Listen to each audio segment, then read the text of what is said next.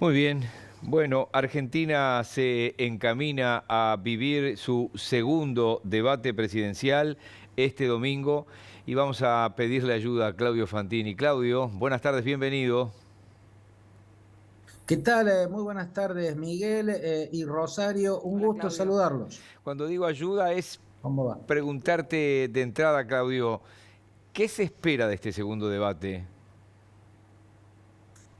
Bueno, una de las expectativas es si Patricia Bullrich va a poder emerger de ese pantano confuso en el que se encuentra retóricamente, porque hasta acá ha tenido muy poco vigor en la campaña electoral, se viene desempeñando con una notable opacidad. La pregunta o una de las preguntas respecto al debate del domingo es si va a poder salir de esa opacidad en la que ha estado naufragando en estos últimos meses de campaña electoral Patricia Bullrich, planteando cosas confusas, incluso algunas erróneas, y mostrándose eh, eh, en el marco de una fuerte tiniebla, diría yo, en términos de liderazgo. Eso fue lo que mostró en el debate anterior.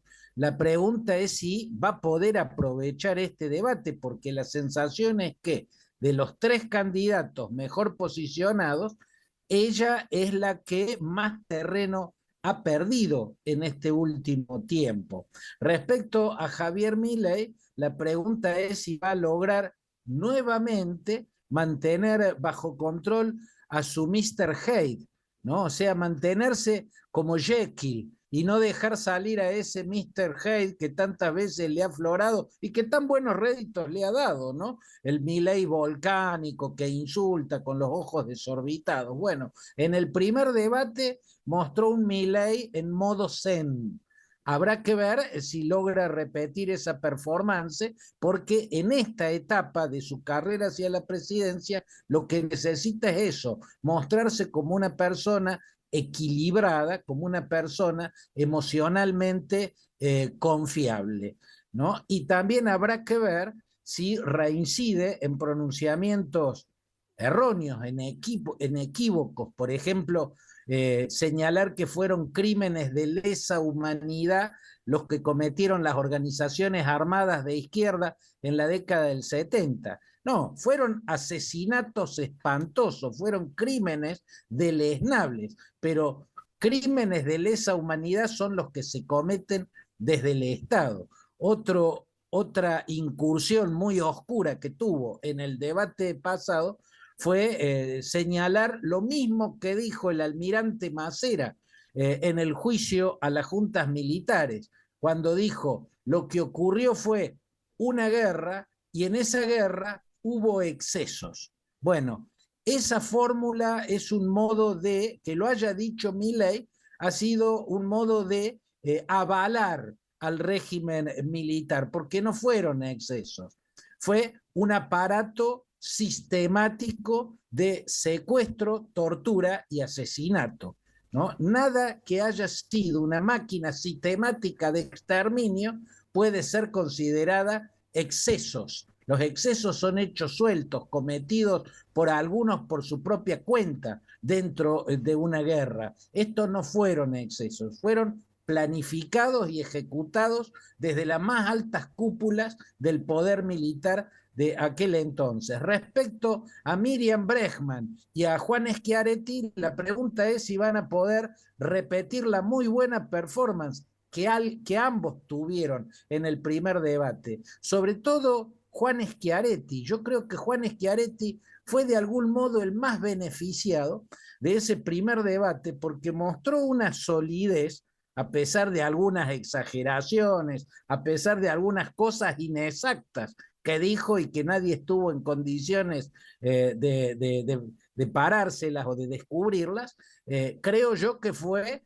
muy sólido en su exposición, pudo mostrar que claramente de los 5 candidatos presidenciales, él es quien más experiencia gubernamental tiene, y esa experiencia gubernamental ha sido notablemente exitosa. A esta solidez Juan Schiaretti pudo exponerla. Habrá que ver si en el debate que queda, el de este domingo, le alcanza para llegar hasta donde hasta ahora no ha llegado, que es a la pole position, ¿no es cierto? Al pelotón de los que pueden entrar en la segunda vuelta. Él se está quedando afuera de la segunda vuelta. Pero un dato notable fue que después del primer debate, los tres candidatos con posibilidades sondearon posibles futuros acuerdos con él, si alguno de ellos llegara al gobierno. Creo que ese es el panorama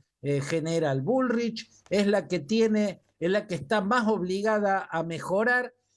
Massa es el que se puede encontrar con las peores consecuencias de los escándalos que han venido aconteciendo en estos últimos días. La pregunta es si Massa va a poder sortear que tenga una andanada de cuestionamientos por los casos escandalosos de estos últimos días, y en ese caso si va a volver a tener la habilidad para eludir y para separarse de todo eso de lo que él forma parte. Logra casi presentarse como un candidato crítico a un gobierno del cual no solo forma parte, sino que es prácticamente el amo de ese gobierno, el jefe en términos reales. De hecho, el que manda en el actual gobierno es Sergio Massa, no es el presidente Alberto Fernández. Sin embargo, logra ser al mismo tiempo el candidato oficialista y crítico del gobierno que en los hechos él conduce. Volverá a tener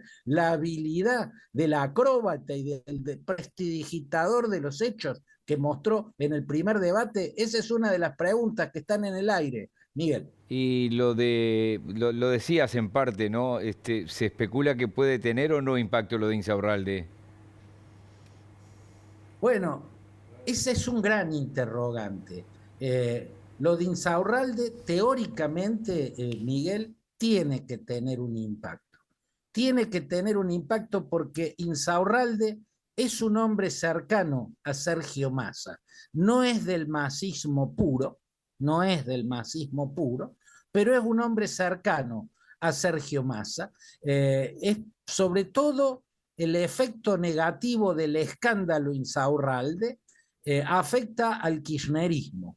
El kirchnerismo en esta etapa crepuscular se ve muy duramente golpeado por el caso Insaurralde. ¿Por qué? Bueno, porque quien impulsó a Insaurralde, quien lo llevó a una primerísima línea fue, en primera instancia, Cristina Fernández de Kirchner, quien incluso lo elogiaba como persona, decía que iba a ser un gran funcionario porque era una gran persona. Bueno, no es eso lo que parecen mostrar los escándalos que lo tienen como figura central. Y por otro lado, Máximo Kirchner fue quien casi que le intervino el gobierno a Axel Kicillof imponiéndole a Insaurralde como jefe de gabinete. Estuvo a la vista siempre que Axel Kicillof no se lleva bien con Insaurralde y no se lleva bien con Máximo Kirchner. Sin embargo, Máximo Kirchner le hizo sacar de la jefatura de gabinete a Bianco, que es su amigo personal,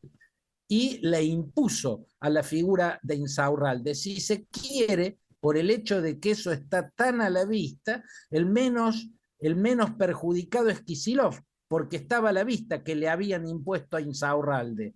Cristina y su hijo Máximo son directamente afectados por este escándalo porque ellos lo impusieron en esa posición. Ahora, lo que está mostrando el peronismo de la provincia de Buenos Aires, que es indispensable para la sobrevida política de Cristina Kirchner y de su hijo Máximo, es una crisis bárbara, porque si el gobernador de la provincia de Buenos Aires no podía elegir a su propio jefe de gabinete, si se lo imponían por la fuerza y le imponían a una persona que él no aprobaba, con el que él no estaba de acuerdo en nada, bueno, lo que muestra es una disfuncionalidad muy, muy grave en el peronismo bonaerense. Por lo tanto, desde ese ese punto de vista, sí golpea de lleno sobre la candidatura de Sergio Massa. El aparato político principal con el que cuenta para la elección que tiene en puerta es un aparato disfuncional que está permanentemente mostrando su corrupción, que parece estar casi en proceso de decadencia y de disolución, porque es una seguidilla de casos que lo muestran corrompido por dentro. El caso Chocolate Rigó, ¿no? Ese miembro del aparato político que andaba con 47 tarjetas de débito, sacando plata de las cuentas de un batallón de ñoquis, ¿no? Que solo se beneficiaban con la obra social y con la jubilación, pero el dinero que se suponía que debían cobrar por un trabajo que no hacía, iban a los bolsillos de la dirigencia del PJ bonaerense fundamentalmente y seguramente de varios opositores también para que funcione el aparato de los acuerdos en el poder legislativo. El lunes Bueno, contigo esto entonces, impacta de lleno ahí sobre está. la imagen de Sergio Massa porque él fue siempre parte de ese aparato que hoy está mostrando tantas fragilidades, tantas oscuridades, diría yo. El lunes volvemos contigo entonces. Abrazo grande, buen fin de semana.